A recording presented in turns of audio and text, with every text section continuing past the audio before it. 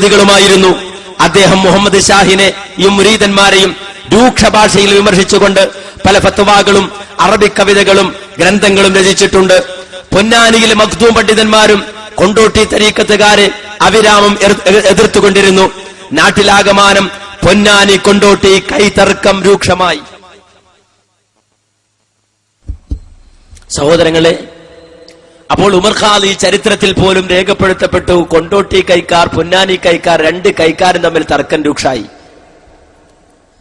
സഹോദരങ്ങളെ, ഈ രൂപത്തിൽ കൊണ്ടോട്ടി കൈക്കാരും പൊന്നാനി കൈക്കാരും തമ്മിലുള്ള തർക്കം ഒരു ഭാഗത്ത്, നാട്ടിലെ ഓരോ മഹല്ലുകളിലും ഖാദിയാക്കന്മാരായി വരുന്ന ആളുകൾ അവരുടെ അഭിപ്രായ വ്യത്യാസങ്ങൾ മറുഭാഗത്ത്, ഓരോ ഖാദിയാക്കന്മാരുടെയും പിന്നിൽ അണിനിരന്നുകൊണ്ട് പരസ്പരം കലഹിച്ചിരുന്ന നാട്ടുകാർ മറ്റൊരു ഭാഗത്ത്.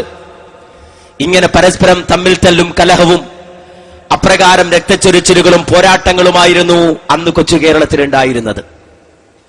ഞാൻ പറഞ്ഞല്ലോ, കല്ലിന്റെ പേരിൽ തർക്കിച്ച് കലഹിച്ചവർ, കൈമുട്ടിന്റെ പേരിൽ തർക്കിച്ച് കലഹിച്ചവർ, ആ കലഹിച്ചവർ ഈ കേരള സമൂഹത്തിൽ അവശേഷിച്ചപ്പോൾ ഈ സമൂഹത്തിനുണ്ടാകേണ്ട അടിസ്ഥാനപരമായ ജീവിതാദർശം, അവരുടെ ജീവിതത്തിൽ പരിപൂർണമായി ഉൾക്കൊള്ളേണ്ട ഇസ്ലാമിക ആദർശം എന്താണ് എന്ന് മനസ്സിലാക്കാൻ കഴിയാതെ ചില മാമൂലുകളുടെയും മാലപ്പാട്ടുകളുടെയും പിന്നാലെ മുസ്ലിം സമൂഹം പാഞ്ഞപ്പോൾ ആ സമൂഹത്തെ കൈപിടിച്ചുകൊണ്ട് ഖുർആനിന്റെയും സുന്നത്തിന്റെയും ആദർശത്തിലേക്ക് തിരിച്ചുകൊണ്ടുവരിക, വിശുദ്ധ ഖുർആനിന്റെ സന്ദേശത്തിലേക്ക് അവരെ വിളിച്ചുകൊണ്ടുവരിക, പ്രവാചകൻ സല്ലല്ലാഹു അലൈഹി വസല്ലമ പഠിപ്പിച്ച മാർഗത്തിലേക്ക് അവരെ തിരിച്ചുകൊണ്ടുവരിക എന്ന ദൗത്യമാണ് കേരളത്തിൽ മുജാഹിദ് പ്രസ്ഥാനം നിർവഹിച്ചത്.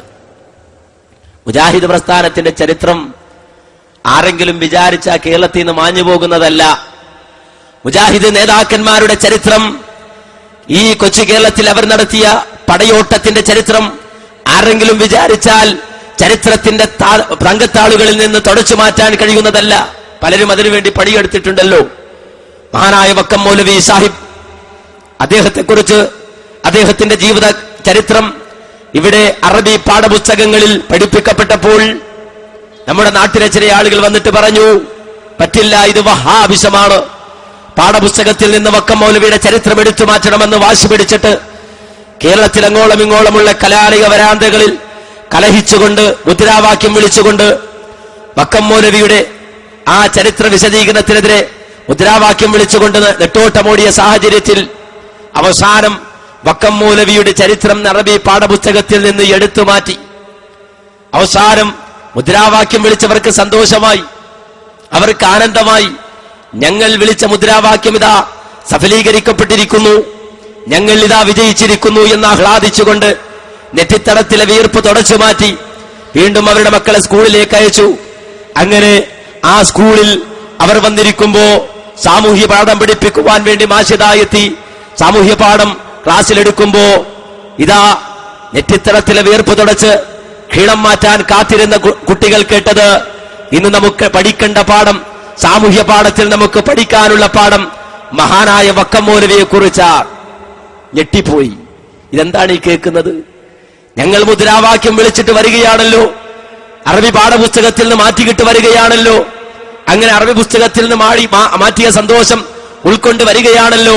പക്ഷേ വന്നു നോക്കുമ്പോ വക്കം മൗലവി പാഠപുസ്തകത്തിൽ നിന്ന് പോയിട്ടില്ല.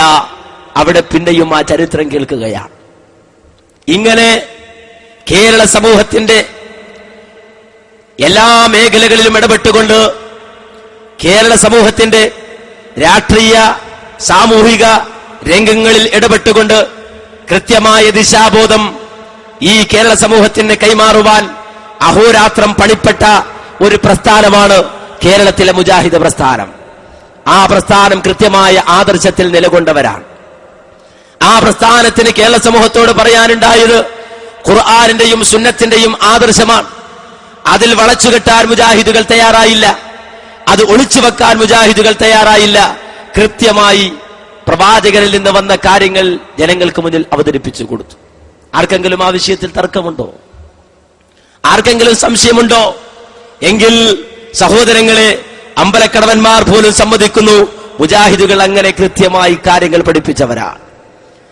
ഹദീസുകൾ ജനങ്ങൾക്ക് പഠിപ്പിച്ചു കൊടുത്തവരാണ്. ആരുടെയും മുഖം നോക്കാതെ, അഭിപ്രായം മാനിക്കാതെ കൃത്യമായി ഹദീസുകൾ പഠിപ്പിച്ചവരാണ് എന്ന് മുജാഹിദുകൾ വിമർശിക്കാൻ വന്ന ആളുകൾ കേൾക്കേണ്ടി വന്നു. കേട്ടോ